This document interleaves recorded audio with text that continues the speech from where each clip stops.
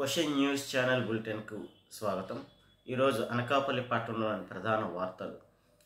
గత ప్రభుత్వంలోని సీఎం జగన్ చేసిన వేల తప్పుల వల్లే నేడు ఫలితం అనుభవిస్తున్నారని అనకాపల్లి ఎంపీ సీఎం రమేష్ విమర్శించారు. పట్టణంలోని ప్రైవేట్ ఫంక్షన్ హాల్లో జరిగిన కూటమి నాయకుల ఆత్మీయ సమావేశంలో ఆయన ఎమ్మెల్యే కొంతల రామకృష్ణతో కలిసి పాల్గొన్నారు. జగన్మోహన్ రెడ్డి ఏం చేశాడు అని ఒకటి కాదు రెండు కాదు కొన్ని వేల తప్పులు చేశాడు.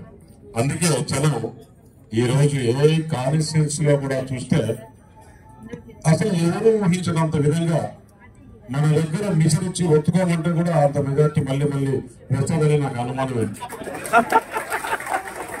వాళ్ళు చెప్తున్నారు, నేను చూసా. ఎందుకంటే నేను ఉదయమే రాత్రి ఇక్కడి నుంచి 8 గంటలకు బయలుదేరి ఉదయం కడపలో ఓటేసి మళ్ళా నేను 8:30 కల్లా వైజాగ్లో దిగి ఫస్ట్ పెందుర్తి బూత్ లేకపోయాను.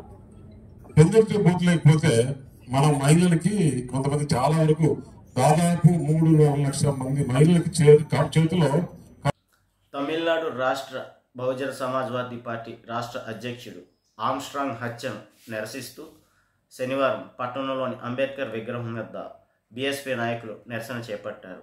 ఈ సందర్భంగా నియోజకవర్గ ఇన్ఛార్జ్ సూదుకొండ మాణిక్యాలరావు మాట్లాడుతూ నిందితులను కఠినంగా శిక్షించాలని డిమాండ్ చేశారు. ఈరోజు మన బహుజన్ సమాజ్ పార్టీ తమిళనాడు రాష్ట్ర అధ్యక్షుడు ఆర్మ్స్ట్రాంగ్ గారిని గుర్తు తెలియని దుండగులు అతి దారుణంగా హత్య చేయడం అత్యంత బాధాకరం.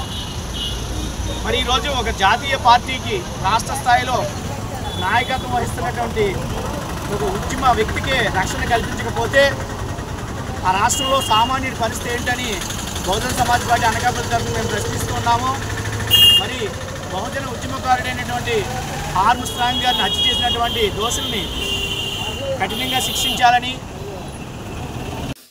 అనకాపల్లి నూతన జిల్లా కలెక్టర్గా కె విజయ శుక్రవారం బాధ్యతలు స్వీకరించారు.